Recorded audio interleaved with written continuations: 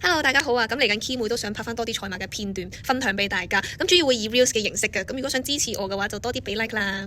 咁先分享一個小新聞俾大家啦，就係馬會近年都非常推廣 World Pool 全球會合賽事嘅。咁為咗配合全球嘅賽馬，包括歐洲同埋澳洲，佢哋都有騎師嘅打邊次數限制嘅。咁而家馬會就正在商討，需唔需要去為呢個規矩去作出調整啦？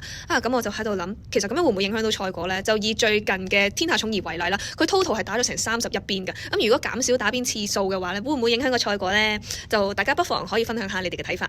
好啦，咁進入正題啦，嚟到2025年5月7號嘅賽日，首先分享下頭場嘅單棍俾大家，就係5號嘅傳承者先啦。咁呢匹馬呢，前仗喺鍾易麗胯下就跑第2啦，輸咗俾一早放順咗嘅朗日雪風啊。咁上仗泥地就當神操抹咗佢啦。咁今次呢，都係配翻班德禮，咁人馬都曾經合作過跑第4嘅，而且呢匹馬呢，喺呢一場入面做過同程嘅最快時間啦，所以論5班嚟講呢，應該係稱高一仗嘅。咁首先就係傳承者。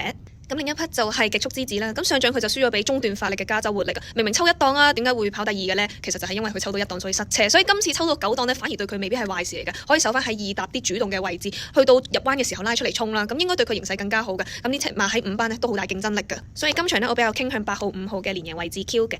咁今期嘅分享亦都差唔多啦，大家中意可以俾個 like，以後都會拍多啲 reels 俾大家嘅，拜拜。